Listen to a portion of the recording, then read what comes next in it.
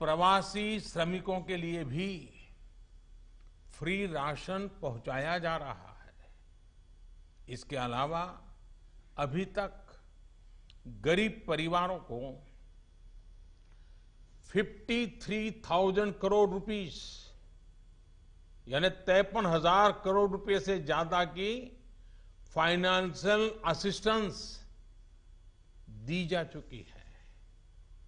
महिलाएं हो, दिव्यांग हो, बुजुर्ग हो, श्रमिक हो, हर किसी को इससे लाभ मिला है।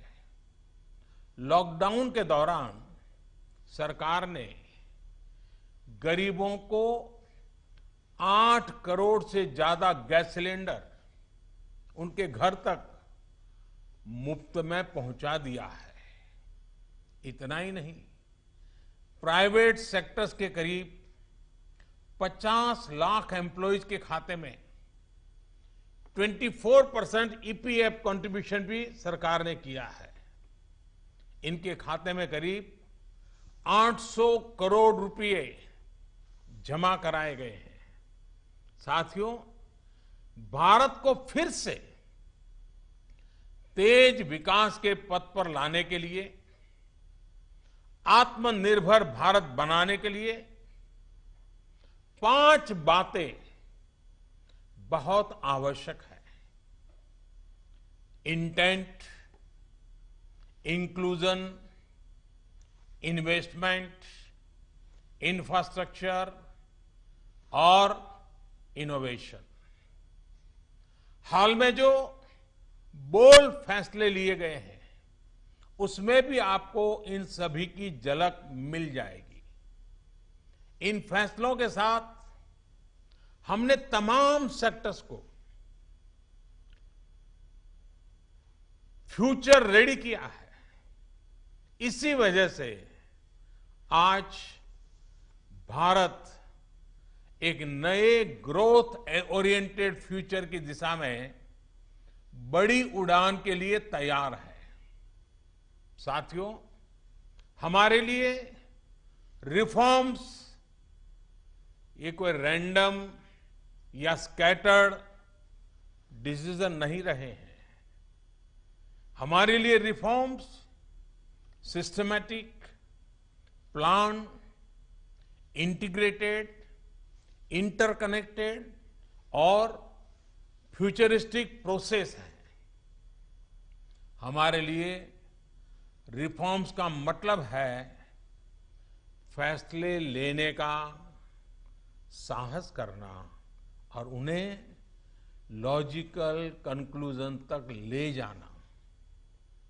आईबीसी हो, बैंक मर्जर हो, जीएसटी हो, फेसलेस इनकम टैक्स असेसमेंट की व्यवस्था हो, हमने हमेशा व्यवस्थाओं में सरकार के दखल को कम करने, और मैंने तो लाल किले पर भी कहा था कि लोगों से, जिंदगी से सरकार को जितना हम कम कर सकते हैं हम करना चाहते हैं। प्राइवेट एंटरप्राइज के लिए एनकरेजिंग इकोसिस्टम खड़ा करने पर हम लगातार बल देते रहे हैं, कदम उठाते रहे हैं।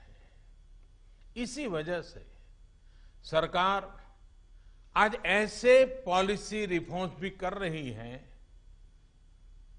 जिनकी देश ने एक प्रकार से उम्मीद भी छोड़ दी थी। लोगों ने मान लिया था भाई ये तो हमारे देश में नहीं हो सकता है, ऐसी चीजें होने लगी हैं। अगर मैं एग्रीकल्चर सेक्टर की बात करूं तो हमारे यहां आजादी के बाद जो नियम कायदे बने उसमें किसानों को बिचौलियों के हाथों में छोड़ दिया गया था। किसान कहां फसल बेच सकता है, कहां नहीं बेच सकता है, इस तक के नियम बहुत सख्त थे। किसानों के साथ दशकों से हो रहे अन्याय को दूर करने की इच्छा शक्ति हमारी सरकार ने दिखाई है। एपीएमसी एक्ट में बदलाव के बाद अब किसानों को भी उनके अधिकार हासिल होंगे। किसान अब जिसे चाहे, जहां चाहे और जब चाहे अपनी फसल अपनी शर्तों पर, किसान की शर्तों पर वो फसल बेच सकते हैं। अब कोई किसान अपनी फसल देश के किसी भी राज्य में ले जाकर बेच सकता है। पहले तो इस पर भी बंधन थे। साथ ही वेयरहाउसेस में रखे अनाज या एग्रीकल्चर प्रोडक्ट्स अब इलेक्ट्रॉनिक ट्रेडिंग के जरिए भी बेचे जा सकते हैं। आप कल्पना कर सकते हैं इससे एग्री बिजनेसेस के लिए कितने नए रास्ते खुलने जा रहे हैं। साथियों, इसी तरह हमारे श्रमिकों के कल्याण को ध्यान में रखते हुए रोजगार के अवसरों को बढ़ाने के लिए लेबर रिफॉर्म्स भी किए जा रहे हैं। जिन नॉन स्ट्रेटेजिक सेक्टर्स में प्राइवेट सेक्टर को इजाजत ही नहीं थी, उन्हें भी खोला गया है। आपका ध्यान इस पर भी गया होगा कि सबका साथ, सबका विकास, सबका विश्वास के रास्ते पर चलते हुए हम वो फैसले भी ले रहे हैं जिसकी मांग बरसों से हो रही थी। साथियों, दुनिया का तीसरा वो देश जिसके पास बहुत बड़ी मात्रा में कोयले का भंडार हो, कोल रिजर्व हो, जिसके पास आप जैसे साहसी और उद्यमी व्यापार जगत के लीडर्स हो, लेकिन फिर भी उस देश में बाहर से कोयला आए, कोल इंपोर्ट हो, तो उसका कारण क्या है? आप भी जानते हैं, देश भी जानता है। कभी सरकार रुकावट बनी रही, कभी नीतियां रुकावट बनी रही, लेकिन अब कोल सेक्टर को इन बंधनों से मुक्त करने का काम शुरू कर दिया गया है।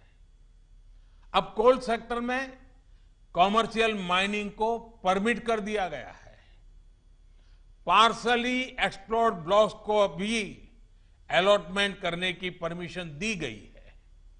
इसी तरह मिनरल माइनिंग में भी अब कंपनियां एक्सप्लोरेशन के साथ साथ माइनिंग का काम एक साथ कर सकती है। इन फैसलों के कितने दूरगामी परिणाम होने वाले हैं, ये इस सेक्टर से परिचित लोग अच्छी तरह जानते हैं। साथियों, सरकार जिस दिशा में बढ़ रही है, उससे हमारा माइनिंग सेक्टर हो, एनर्जी सेक्टर हो या रिसर्च और टेक्नोलॉजी हो, हर क्षेत्र में इंडस्ट्री को भी अवसर मिलेंगे और यूथ के लिए भी नई अपॉर्चुनिटीज